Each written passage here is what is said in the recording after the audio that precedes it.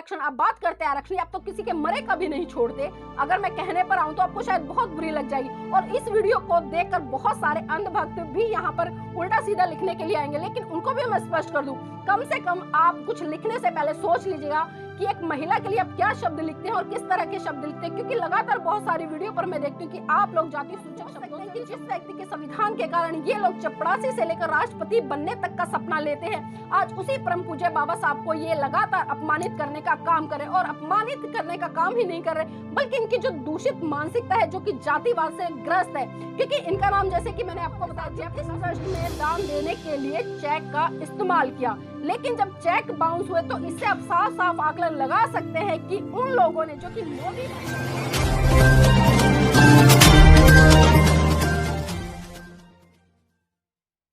नमस्कार, आप देख रहे हैं एनबी न्यूज 24/7 नीलम बौद्ध के साथ। आज मैं बात करूंगी राम मंदिर को लेकर। जी हां, वही राम मंदिर, जिस राम मंदिर के नाम पर भारतीय जनता पार्टी लगातार हर चुनाव में अपनी राजनीतिक रोटियां सेकने का काम कर रही थी और जिसका मुकदमा लगातार सुप्रीम कोर्ट में काफी सालों से चल रहा था। लेकिन पिछले साल लॉकडाउन में राम मंदिर का जो फैसला आया वो हिंदुओं के फेवर में आया और जैसे ही फैसला आया, भारतीय जनता पार्टी ने तुरंत अयोध्या में राम मंदिर शिलान्यास शुरू कर दिया। और सुप्रीम कोर्ट के फैसले के आने के बाद भारतीय जनता पार्टी और विश्व हिंदू परिषद व आरएसएस के बड़े बड़े नेताओं ने अयोध्या में राम मंदिर का शिलान्यास करवा डाला। जैसे कि आप सभी ने देखा था कि लॉकडाउन के तहत पिछले साल अयोध्या में राम मंदिर के शिलान्यास के लिए देश के माननीय प्रधानमंत्री जी, आरएसएस के बड़े नेता, विश्व हिंदू परिषद के बड़े बड़े नेता और उत्तर प्रदेश के मुख्यमंत्री योगी आदित्यनाथ जी शामिल रहे। और इसी कड़ी को आगे बढ़ाते हुए उन्होंने देश के सभी लोगों से एक अपील की कि राम मंदिर को आगे बढ़ाने के लिए देश की जनता को बढ़ चढ़कर इसमें आर्थिक रूप से सहयोग करना चाहिए। और ऐसा नहीं है साथियों कि भारत के प्रधानमंत्री या आरएसएस या विश्व हिंदू परिषद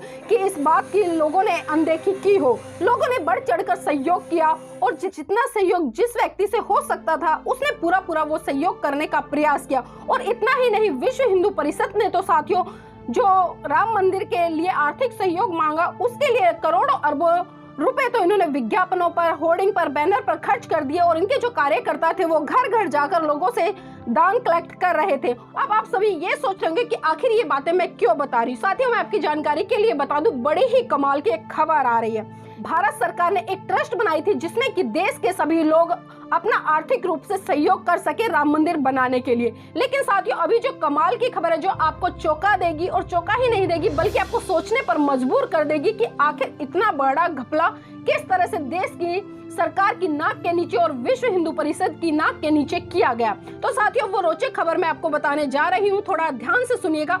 खबर ये है कि विश्व हिंदू परिषद के पास लाखों की संख्या में चेक पहुंचे जो कि राम मंदिर के निर्माण के लिए देश की जनता ने सहयोग के रूप में दिए थे। अब साथियों, बात यह है कि उसमें से 15,000, जी हाँ ध्यान से सुनिएगा आंकड़ा, 15,000 चेक बाउंस हो चुके हैं। और 15,000 जो चेक है उसका लमसम में जो अमाउंट है वो 22 करोड़ रुपए है। जी हाँ साथियों, 22 करोड़। तो आप सोच सकते हैं कि 15,000 चेक बाउंस होना अपने आप में एक बहुत बड़ा सवाल खड़ा करता है। और 15,000 चेक की जो राशि है वो मैंने बताया है आपको 22 करोड़ है। अब आप खुद सोचिए कि राम मंदिर के निर्माण के लिए ना तो मैंने चेक दिए, ना आपने चेक दिए और ना ही जागरूक लोगों ने चेक दिए। अब इसमें चेक देने वाले लोग आखिर कौन थे, तो ये भी सुन लीजिएगा। उसमें चेक देने वाले लोग ज्यादातर मोदी समर्थक थे जो रात दिन नारा लगाते थे, हर हर मोदी, घर घर मोदी।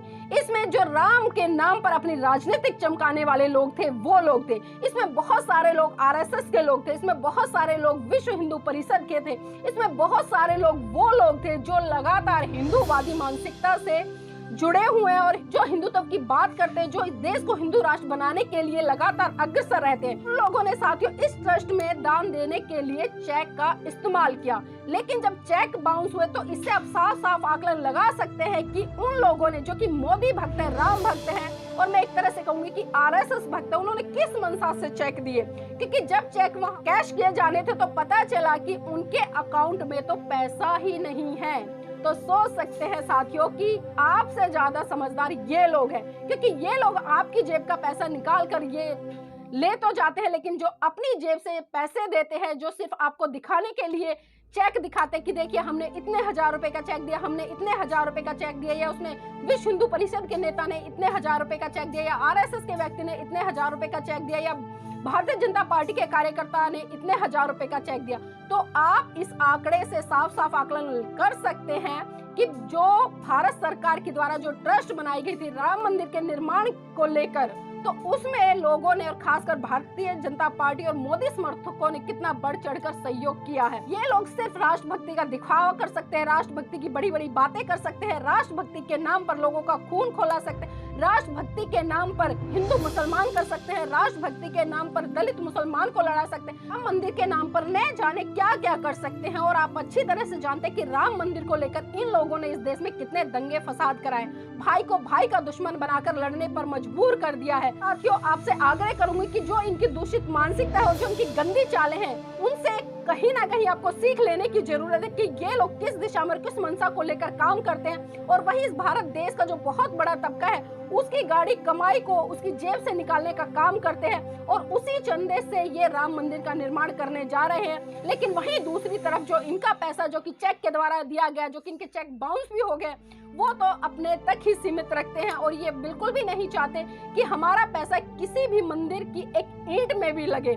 लेकिन आपका पैसा कहीं ना कहीं उस मंदिर के पूरे निर्माण में बनाने के लिए ये इस्तेमाल करते हैं। तो आपको सोचना होगा कि ये लोग कौन सी देशभक्ति की बात करते हैं, कौन से हिंदू राष्ट्र की बात करते हैं और कौन से इस देश में भाईचारे को स्थापित करने की बात करते हैं। और इसी के साथ साथ मैं आपको एक खबर से और रूबरू कराना चाहूंगी। आपने राष्ट्रवादी पार्टी ऑफ इंडिया के जो राष्ट्रीय अध्यक्ष है जयप्रकाश मिश्रा, उनकी एक वीडियो देखी होगी जो कि लगातार सोशल मीडिया पर आज बहुत तेज गति से वायरल हो रही है। साथ ही उसमें साफ साफ उन्होंने बाबा साहब अम्बेडकर की जो फोटो है उसको फाड़ा है और जो उनका पार्टी का उद्देश्य है उसमें है कि आरक्षण को समाप्त करो। और उन्होंने फोटो फाड़ा ही नहीं है बल्कि उस फोटो में लाइटर से आग भी लगाई और आग लगाने के बाद उस फोटो को जमीन पर डाला है और उस पर पैर से जूते निकालकर मारने का काम किया है। तो आप देख सकते हैं कि जिस परम पूज्य बाबा साहब के संविधान के माध्यम से ये लोग आकर अपनी नई नई पार्टियों का गठन करते हैं, अपनी नई नई पार्टियों को देश के शिखर पर पहुंचाने तक के सपने लेते हैं, अपनी पार्टी के माध्यम से देश के राष्ट्रपति प्रधानमंत्री बनने तक के सपने लेते हैं। तो आप सोच सकते हैं कि जिस व्यक्ति के संविधान के कारण ये लोग चपरासी से लेकर राष्ट्रपति बनने तक का सपना लेते हैं, आज उसी परम पूज्य बाबा साहब को ये लगातार अपमानित करने का काम करे। और अपमानित करने का काम ही नहीं कर रहे बल्कि इनकी जो दूषित मानसिकता है जो कि जातिवाद से ग्रस्त है, क्योंकि इनका नाम जैसे कि मैंने आपको बताया जयप्रकाश मिश्रा है और मिश्रा होने के नाते आप समझ सकते हैं कि ये कौन सी वर्ण व्यवस्था से आते हैं और उनकी जो मानसिक सोच है वो कितनी है। आज भले हम चांद पर जाने की बात करते हैं लेकिन आज भी इस देश का एक तबका ऐसा है जो इस देश के बहुत बड़े तबके पर लगातार शोषण कर रहा है। और साथियों, इसी के साथ साथ मैं कैथल की खबर भी सुनाना चाहूंगी। कैथल हरियाणा में है। हरियाणा में बाबा साहब की जयंती को बहुत धूमधाम से लोग मना रहे थे, वहां पर हजारों की संख्या में लोग थे। लेकिन वहां पर एक दूषित मानसिकता का व्यक्ति जाता है और वो तलवार लेकर जाता है और साथ में उसके ट्रक होता है और उस ट्रक को उल्टा सीधा वहां पर भगाता है और साफ साफ जो वहां पर बहुजन समाज के लोग थे उनको चेतावनी देता है कि आप अम्बेडकर जयंती मनाना बंद कीजिए वरना यहाँ पर कत्ले आम हो जाएगा। तो आप सोच सकते हैं कि साथियों इन लोगों की मानसिकता क्या है। मैं बिल्कुल स्पष्ट बताना चाहूंगी, वह व्यक्ति जो बाय कास्ट है ओबीसी है और ओबीसी में जाट कम्युनिटी से आता है। तो कहीं ना कहीं आज भले जाट अपने आप को इतना दबंग समझ रहा है लेकिन इनकी मानसिकता भी आज वही है जो इस देश में 15% ब्राह्मणवादी विचारधारा के लोग हैं जो अपने आप को इस देश का सर्वोच्च व्यक्ति समझते हैं। लेकिन उनकी बहुत बड़ी भूल है। और जो व्यक्ति अभी बात कर रहे थे जैसे कि मैंने बताया जयप्रकाश मिश्रा की, आरक्षण को लेकर उनकी सोच क्या है और आरक्षण की बात आती है तो सबसे पहले जो मंदिरों में आप लोग आरक्षण लेकर बैठे हो ना उसको लेना बंद कीजिए। और आपका आरक्षण, आप बात करते हैं आरक्षण, आप तो किसी के मरे का भी नहीं छोड़ते।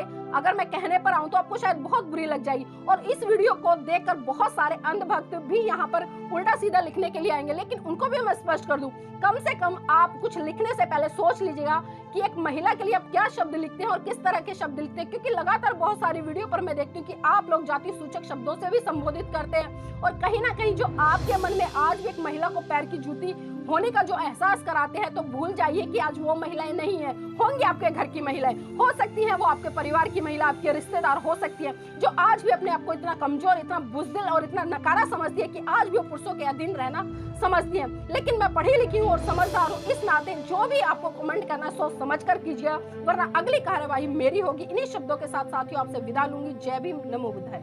अपना चैनल, आपका चैनल, समाज का चैनल, देश का चैनल एनबी न्यूज 24/7 को आप लाइक करें, सब्सक्राइब करें और ज्यादा से ज्यादा इसकी वीडियो को शेयर करें ताकि हर खबर को मैं आप तक आसानी से